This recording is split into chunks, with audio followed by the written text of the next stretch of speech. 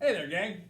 Today we want to talk about converting a mixed number to an improper fraction and converting an improper fraction to a mixed number.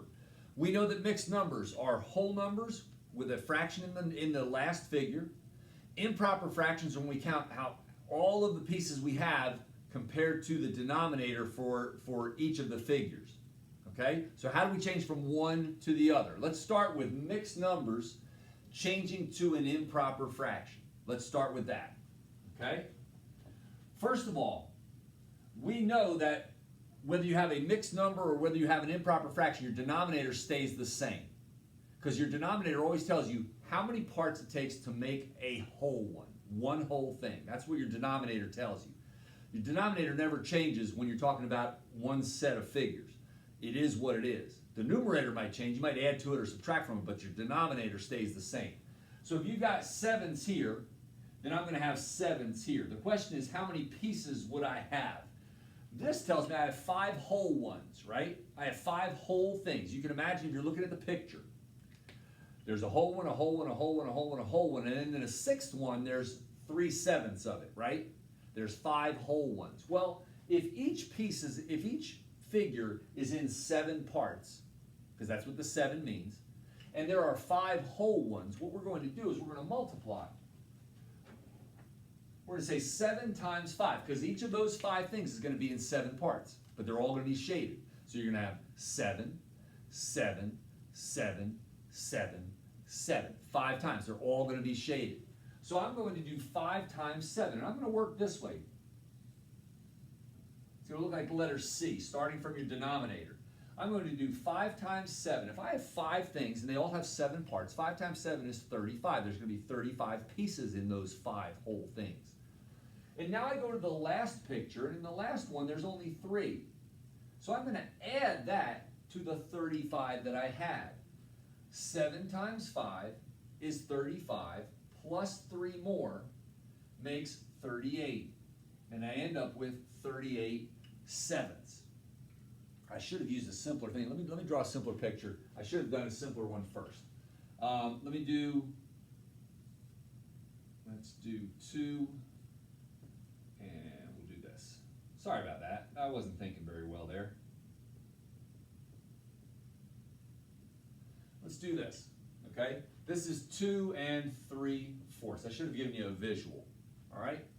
Each picture is in fourths. That's what the denominator tells me.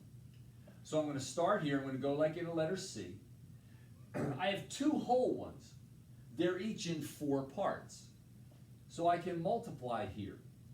2 whole ones times 4 parts. That's going to give me 8 parts. And there are 1, 2, 3, 4, 5, 6, 7, 8. There are 8 here.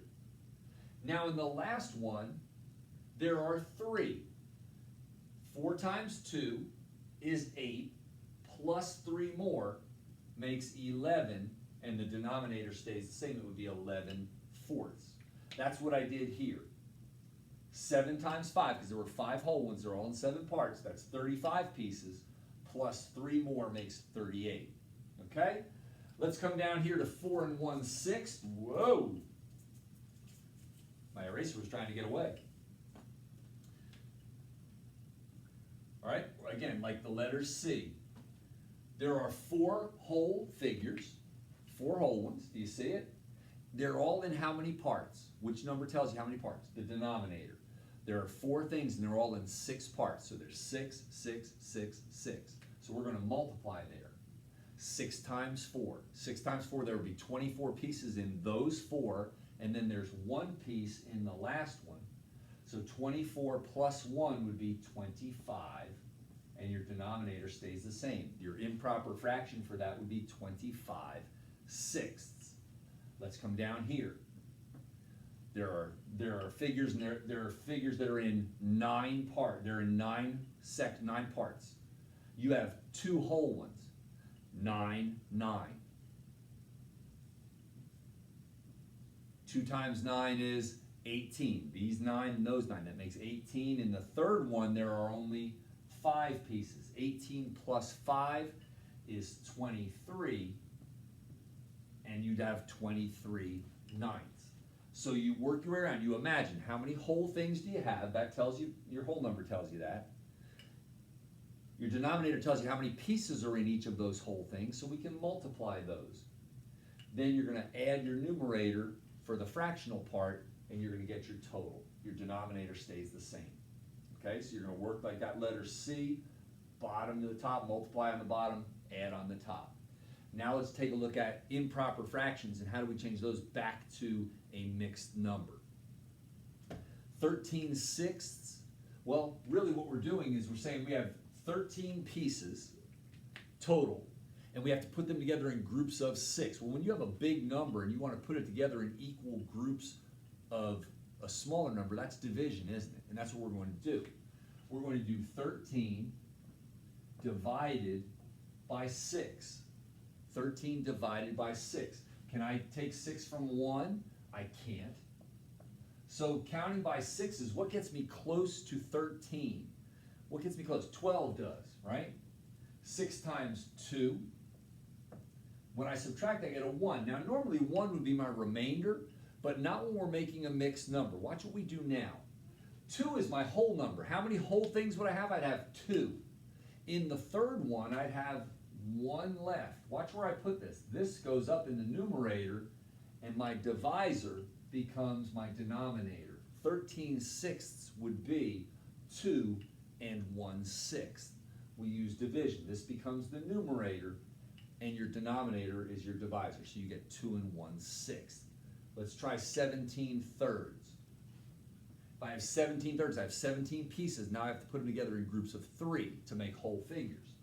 17 divided by 3. When I count by 3s, do I get 1? I don't. So now I've got to get close to 17. Counting by 3s, what gets me close? 15. That's 3 times what? 3 times what is 15? 3 times 5. So 5 is my whole number. I'd make 5 whole ones. When I subtract 17 minus 15, I get 2.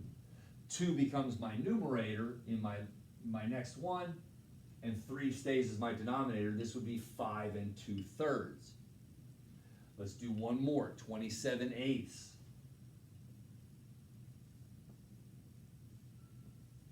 When you count by 8s, do you get 2?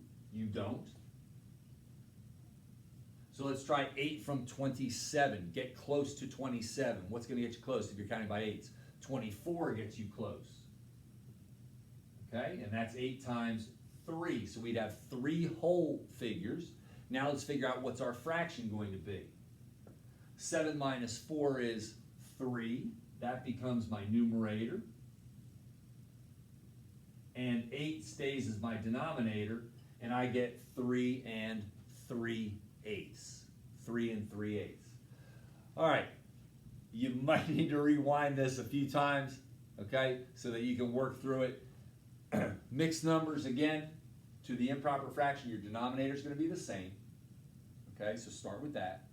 Then to find your numerator, you're going to multiply denominator times the whole number, because you'll have that many whole sections or that many pieces that many times. And then you're going to add your numerator to your total, and you'll get your numerator for your improper fraction. For your improper fractions to go to a mixed number, you're going to divide. When you have your remainder, that becomes your numerator, and your denominator stays the same. Okay? Rewind it, look at it a few times, you'll get it in no time, all right? Click on the link in the description box, give yourself some practice. Hang in there, guys, keep working hard.